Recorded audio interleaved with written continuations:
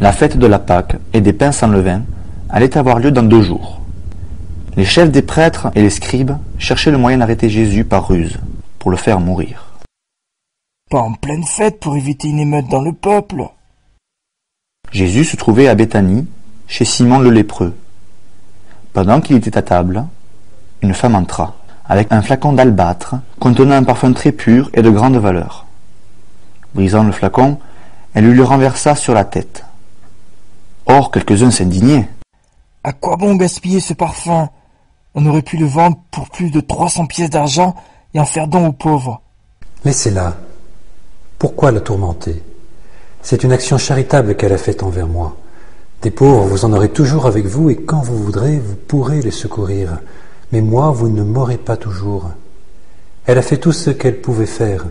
D'avance, elle a parfumé mon corps pour mon ensevelissement. Amen, je vous le dis. Partout où la bonne nouvelle sera proclamée dans le monde entier, on racontera en souvenir d'elle ce qu'elle vient de faire. Judas Iscariote, l'un des 12, alla trouver les chefs des prêtres pour leur livrer Jésus. À cette nouvelle, ils se réjouirent et promirent de lui donner de l'argent. Dès lors, Judas cherchait une occasion favorable pour le livrer. Le premier jour de la fête des pains sans levain, où l'on immolait l'agneau pascal, les disciples de Jésus lui disent: « Où veux-tu que nous allions faire les préparatifs pour ton repas pascal ? » Allez à la ville. Vous y rencontrerez un homme portant une cruche d'eau. Suivez-le. Et là où il entrera, dites au propriétaire: « Le maître te fait dire où est la salle où je pourrai manger la Pâque avec mes disciples. » Il vous montrera à l'étage une grande pièce toute prête pour un repas. Faites-y pour nous les préparatifs. Les disciples partirent, allèrent en ville. Tout se passa comme Jésus le leur avait dit, et ils préparèrent la Pâque. Le soir venu, Jésus arrive avec les 12. Ils se mettent à table pour manger. Amen, je vous le dis, l'un de vous qui mange avec moi va me livrer. Ils devinrent tout tristes. Serait-ce moi ? Serait-ce moi? Moi ? Moi ? C'est l'un des 12 qui se sert au même plat que moi. Le Fils de l'homme s'en va comme il est écrit à son sujet, mais malheureux celui qui le livre. Il vaudrait mieux pour lui qu'il ne soit pas né. Pendant le repas, Jésus prit du pain, prononça la bénédiction, le rompit et le leur donna. Prenez, ceci est mon corps. Puis, prenant une coupe et rendant grâce, il la leur donna, et ils en burent tous. Ceci est mon sang, le sang de l'alliance, répandu pour la multitude. Amen, je vous le dis, je ne boirai plus du fruit de la vigne jusqu'à ce jour où je boirai un vin nouveau dans le royaume de Dieu. Après le chant d'action de grâce, ils partent pour le mont des Oliviers. Vous allez tous être exposés à tomber, car il est écrit: je frapperai le berger et les brebis seront dispersées. Mais après que je serai ressuscité, je vous précéderai en Galilée. Même si tous viennent à tomber, moi, Pierre, je ne tomberai pas. Amen, je te le dis, toi aujourd'hui, cette nuit même, avant que le coq ait chanté 2 fois, tu m'auras renié 3 fois. Même si je dois mourir avec toi, je ne te renierai pas. Moi non plus. Ils parviennent à un domaine appelé Gethsémani. Restez ici, moi je vais prier. Puis il amène avec lui Pierre, Jacques et Jean et commence à ressentir frayeur et angoisse. Mon âme est triste à mourir. Demeurez ici et veillez. S'écartant un peu, il tombait à terre et priait pour que, s'il était possible, cette heure s'éloigne de lui. Abba, Père, tout est possible pour toi. Éloigne de moi cette coupe. Cependant, non pas ce que je veux, mais ce que tu veux. Puis, il revient et trouve les disciples endormis. Simon, tu dors? Tu n'as pas eu la force de veiller 1 heure? Veillez et priez pour ne pas entrer en tentation. L'esprit est ardent, mais la chair est faible. Il retourna prier en répétant les mêmes paroles. Quand il revint près des disciples, il les trouva endormis, car leurs yeux étaient alourdis. Et ils ne savaient que lui dire. Une troisième fois, il revient. Désormais vous pouvez dormir et vous reposer. C'est fait, l'heure est venue.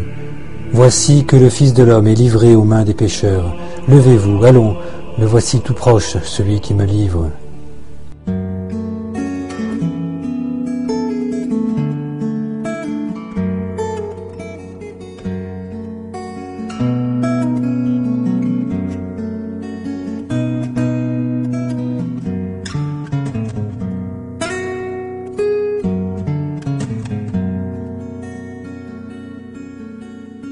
Une nuit entière de solitude, à veiller malgré la peur et l'angoisse du vide. Une nuit entière, plus que quelques heures. Faut-il aller jusqu'au bout, aimer malgré tout?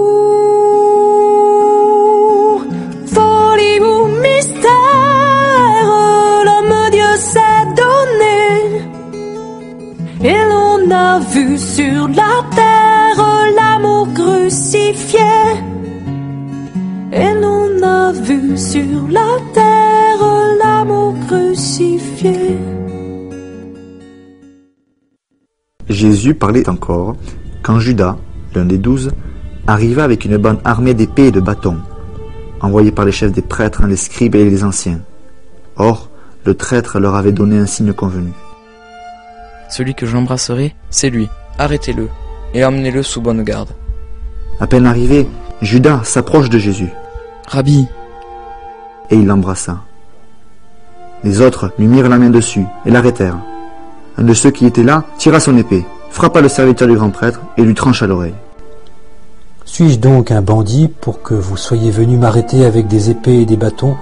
Chaque jour j'étais parmi vous dans le temple où j'enseignais, et vous ne m'avez pas arrêté, mais il faut que les Écritures s'accomplissent. Les disciples l'abandonnèrent et s'enfuirent tous.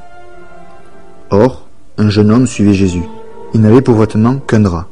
On le saisit, mais lui, lâchant le drap, se sauva tout nu. Ils emmenèrent Jésus chez le grand prêtre, et tous les chefs des prêtres, les anciens et les scribes se rassemblent. Pierre avait suivi Jésus de loin jusqu'à l'intérieur du palais du grand prêtre. Et là, assis parmi les gardes, il se chauffait près du feu. Les chefs des prêtres et tout le grand conseil cherchaient un témoignage contre Jésus pour le faire condamner à mort, et ils n'en trouvaient pas. De fait, plusieurs portaient de faux témoignages contre Jésus, et ces témoignages ne concordaient même pas. Quelques-uns se levaient pour porter contre lui ce faux témoignage. Nous l'avons entendu dire, je détruirai ce temple fait de main d'homme, et en 3 jours j'en rebâtirai un autre qui ne sera pas fait de main d'homme. Et même sur ce point, ils n'étaient pas d'accord. Alors le grand prêtre se leva devant l'assemblée et interrogea Jésus. Tu ne réponds rien à ce que ces gens déposent contre toi? Es-tu le Messie, le Fils du Dieu béni? Je le suis. Et vous verrez le Fils de l'homme siéger à la droite du Tout-Puissant et venir parmi les nuées du ciel. Alors le grand prêtre déchire ses vêtements. Pourquoi nous faut-il encore des témoins? Vous avez entendu le blasphème? Quel est votre avis? Tous prononcèrent qu'il méritait la mort. Quelques-uns se mirent à cracher sur lui, couvrirent son visage d'un voile, et le rouèrent de coups en disant « Fais le prophète !» Et les gardes lui donnèrent des gifles. Comme Pierre était en bas, dans la cour, arrive une servante du grand prêtre. Elle le voit qui se chauffe, le dévisage. « Toi aussi tu étais avec Jésus de Nazareth !» je ne sais pas, je ne comprends pas ce que tu veux dire. Ah voilà un qui est des leurs. De nouveau, Pierre le niait. Sûrement tu en es. D'ailleurs, tu es galiléen? Je ne connais pas l'homme dont vous parlez. Alors, Pierre se souvient de la parole de Jésus. Et il se mit à pleurer. Dès le matin, les chefs des prêtres convoquèrent les anciens et les scribes et tout le grand conseil. Puis ils enchaînèrent Jésus et l'emmenèrent pour le livrer à Pilate. Celui-ci l'interrogea. « Es-tu le roi des Juifs ?» « C'est toi qui le dis. » Les chefs des prêtres multipliaient contre lui les accusations. « Tu ne réponds rien ? Vois toutes les accusations qu'ils portent contre toi. » Mais Jésus ne répondit plus rien, si bien que Pilate s'en étonnait. Une vie d'amour jugée coupable par le pouvoir et la loi, le regard des hommes, une vie d'amour et tant de pourquoi. Faut-il se taire malgré tout, aimer jusqu'au bout? Folie ou mystère, l'homme Dieu s'est donné, et l'on a vu sur la terre l'amour crucifié, et l'on a vu sur la terre l'amour crucifié. À chaque fête de Pâques, il relâchait un prisonnier, celui que la foule demandait. Or, il y avait en prison un dénommé Barabbas, arrêté avec des émeutiers pour avoir tué un homme lors de l'émeute. La foule monta donc et se mit à demander à Pilate la grâce qu'il accordait d'habitude. « Voulez-vous que je vous relâche le roi des Juifs ?»« Non, Barabbas! Libérez Barabbas !»« Que ferais-je donc de celui que vous appelez le roi des Juifs ?»« Crucifie-le! Crucifie-le » ?»« Qu'a-t-il donc fait de mal ?»« Crucifie-le! Crucifie-le » Pilate, voulant contenter la foule, relâcha Barabbas, et après avoir fait flageller Jésus, il le livra pour qu'il soit crucifié. Les soldats l'amenèrent à l'intérieur du prétoire, c'est-à-dire dans le palais du gouverneur. Ils appellent toute la garde et lui mettent un manteau rouge. Ils lui posent sur la tête une couronne d'épines qu'ils ont tressée. Puis, ils se mirent à lui faire des révérences. « Salut, roi des Juifs !» Ils lui frappaient la tête avec un roseau, crachaient sur lui et s'agenouillaient pour lui rendre hommage. Quand ils se furent bien moqués de lui, ils lui ôtèrent le manteau rouge et lui remirent ses vêtements. Puis ils l'emmenèrent pour le crucifier et ils réquisitionnent pour porter la croix un passant, Simon de Cyrène, le père d'Alexandre et de Rufus, qui revenait des champs. Et ils amènent Jésus à l'endroit appelé Golgotha, c'est-à-dire lieu du crâne ou calvaire. Ils lui offraient du vin aromatisé de myrrhe, mais il n'en prit pas. Alors, ils le crucifient, puis se partagent ses vêtements, en tirant au sort pour savoir la part de chacun. Une dernière marche dans la douleur, rester debout sous le poids du rejet des hommes. Une dernière marche, encore quelques pas. Comment tenir jusqu'au bout, aimer malgré tout? Folie ou mystère, l'homme Dieu s'est donné, et l'on a vu sur la terre l'amour crucifié, et l'on a vu sur la terre l'amour crucifié. Il était 9h lorsqu'on le crucifia. L'inscription indiquant le motif de sa condamnation portait ces mots. Le roi des Juifs. Avec lui, on crucifie deux bandits, l'un à sa droite, l'autre à sa gauche. Les passants l'injuriaient en hochant la tête. « Hé, toi qui détruis le temple et le rebâtis en 3 jours, sauve-toi toi-même, descends de la croix. » De même, les chefs des prêtres se moquaient de lui avec les scribes.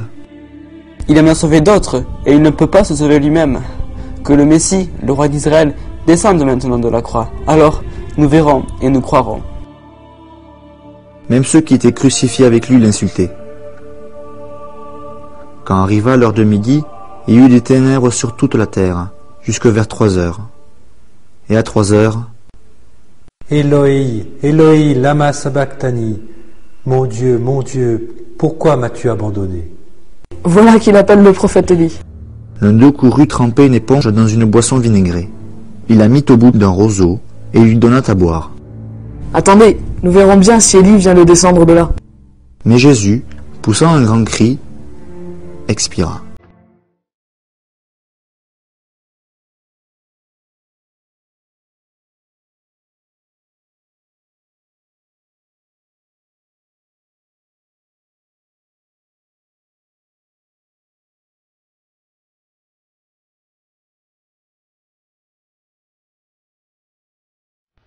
Le rideau du temple se déchira en deux, depuis le haut jusqu'en bas. Le centurion qui était là, en face de Jésus, voyant comment il avait expiré, s'écria: Vraiment, cet homme était le Fils de Dieu.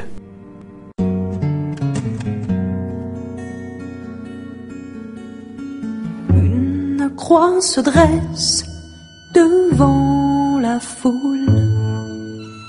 Sous le ciel, un dernier cri, puis le grand silence.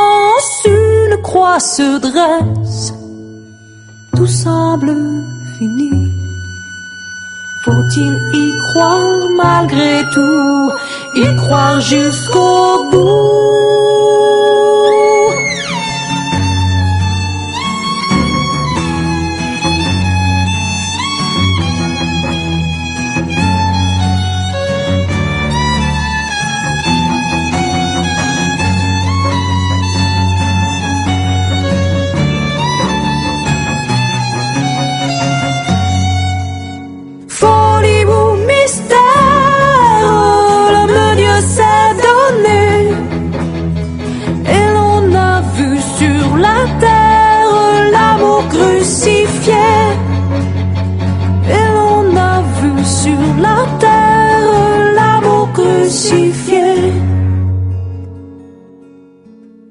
Il y avait aussi des femmes qui regardaient de loin, et parmi elles, Marie-Madeleine, Marie, mère de Jacques le Petit et de José, et Salomé, qui suivait Jésus et le servait quand il était en Galilée, et encore beaucoup d'autres qui étaient montés avec lui à Jérusalem.